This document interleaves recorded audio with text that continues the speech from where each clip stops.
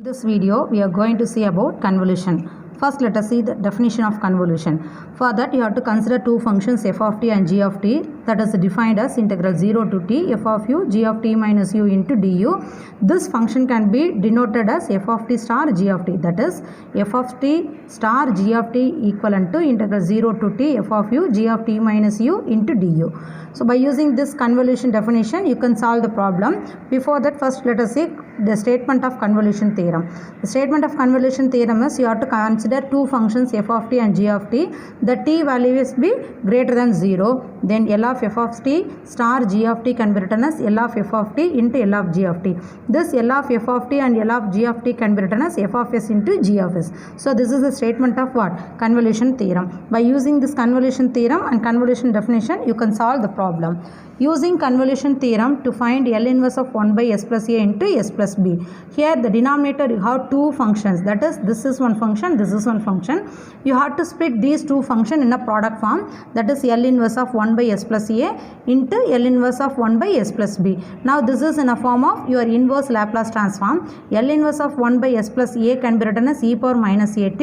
Similarly for this term can be written as e power minus bt. Now this two function will be in a convolution definition form. What is your convolution definition form? F of star g of t can be written as integral 0 to t f of u g of t minus u into du. By using this definition, you can split this function, that is in f function you have to replace your t as u, in g function you have to replace your t function as t minus u. According to that, you are getting this equation. This t can be written as u, this t can be written as t minus u by using the definition of convolution. Now in the next step, integral 0 to t, in see that power terms, both the term are e, base will be e, so you can add up powers. If you add up powers, you can take minus sign as outside.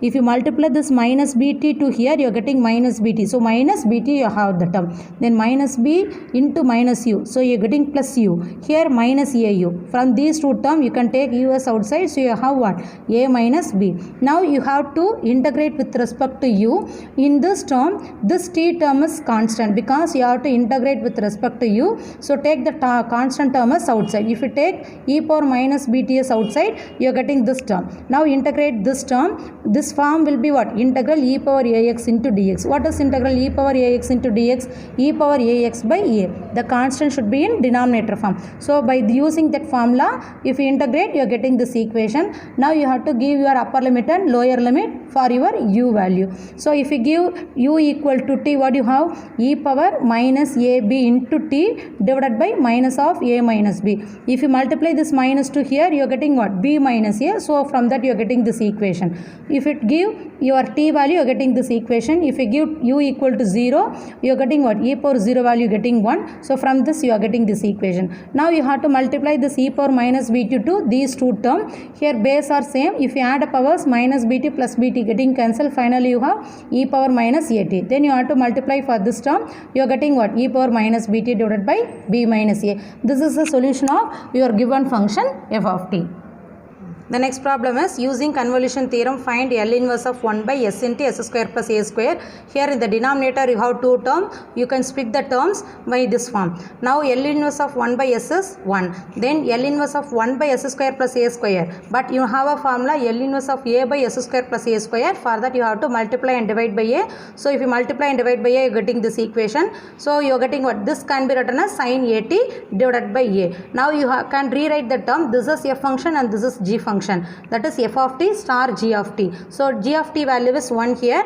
No need to worry about. You can consider this as t function. By using the definition of convolution, you are getting what? By using convolution, you are getting 0 to t sin au divided by a into du. That is in your t function, that is in your f function, you have to replace your t as u. So you are getting this equation. Just to take constant term as outside, integral sin getting what? Minus cos. Put your upper limit and put your lower limit. If you put your upper limit, you are getting cos at. If you give lower limit, cos 0 value getting 1, minus of minus getting plus 1. Then rearrange the term 1 minus cos at divided by a square. This is the solution for the given function. Problem is using convolution theorem find L inverse of 1 by s square plus a square the whole square. Now you have to split the term as L inverse of 1 by s square plus a square into L inverse of 1 by s square plus a square.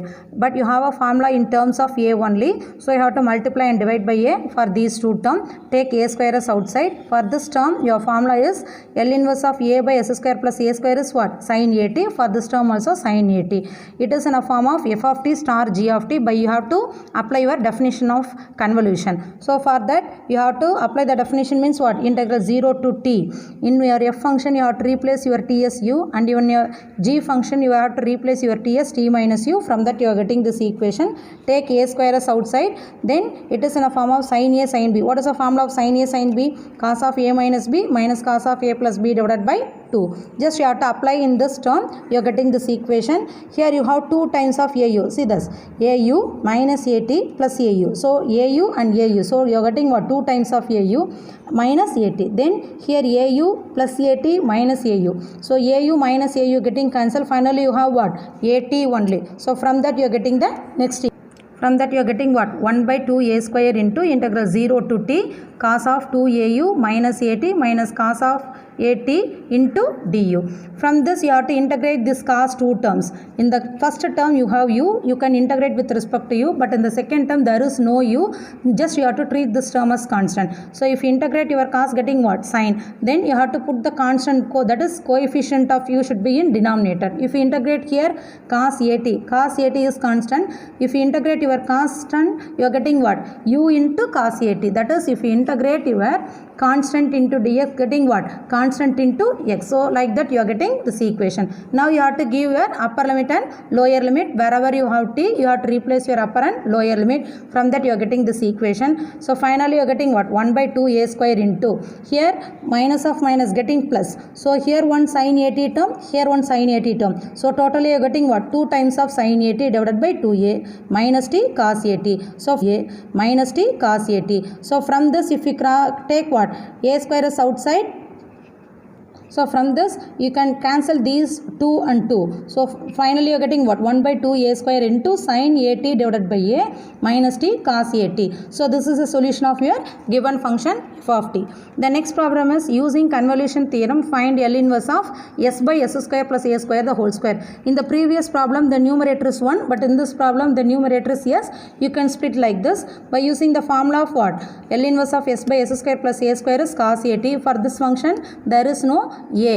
So you have to multiply and divide by a. You are getting this equation.